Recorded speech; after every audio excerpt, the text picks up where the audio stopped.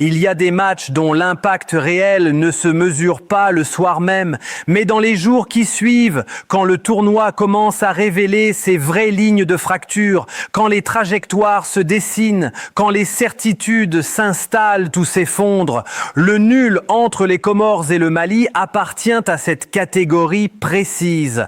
Un match qui, au moment du coup de sifflet final, laisse une impression mitigée, presque frustrante, mais qui, avec le recul, agit comme un véritable point de bascule silencieuse dans cette Coupe d'Afrique des Nations 2025. Pour comprendre l'impact réel de ce 1-0, il faut d'abord accepter une vérité fondamentale du football de tournoi.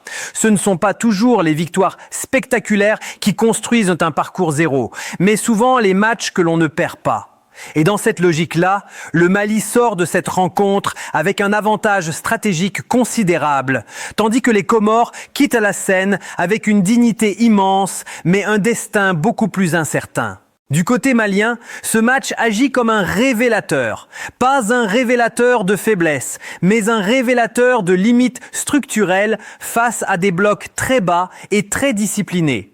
Jusqu'ici, le Mali avait montré une certaine capacité à contrôler les matchs par la possession et l'intensité athlétique. Face aux Comores, cette domination a existé, mais elle n'a jamais été totalement transformée en occasion nette. Et dans un tournoi comme la CAN, cette incapacité à débloquer un match fermé peut devenir un problème majeur à mesure que l'on avance vers les phases à élimination directe.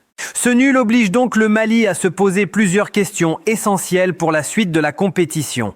La première concerne la création dans les 30 derniers mètres. Comment faire sauter un verrou quand l'adversaire refuse totalement le jeu?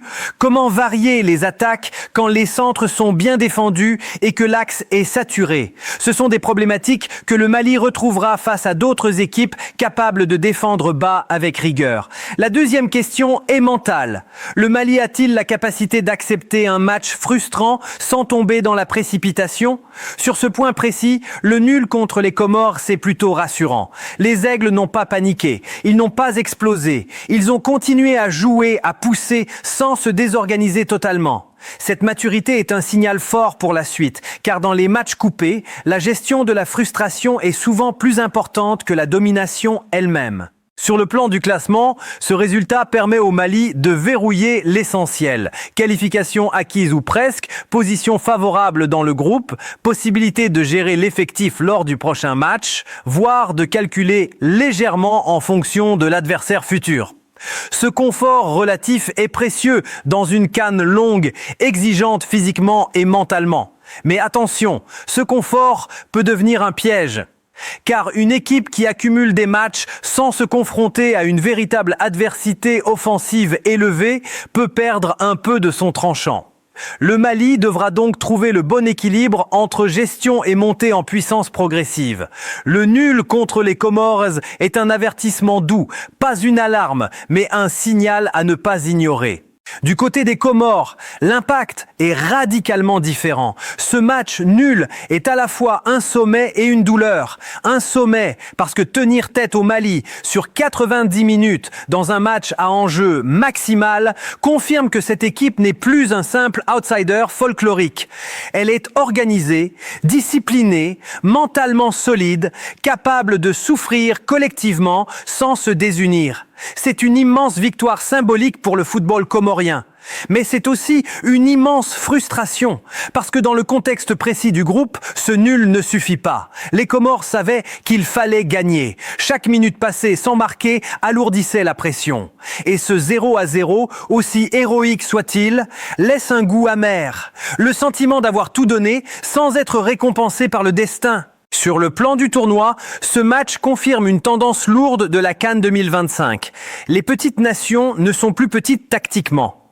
Elles savent fermer le jeu. Elles savent neutraliser des équipes plus fortes sur le papier. Et cette réalité va peser de plus en plus lourd à mesure que les favoris s'affronteront dans des matchs fermés, nerveux, parfois stériles. Ce Comores-Mali agit donc comme un signal global pour l'ensemble de la compétition. Il rappelle que la possession seule ne suffit pas. La patience est devenue une arme défensive et que le football africain entre de plus en plus dans une ère de maturité tactique collective.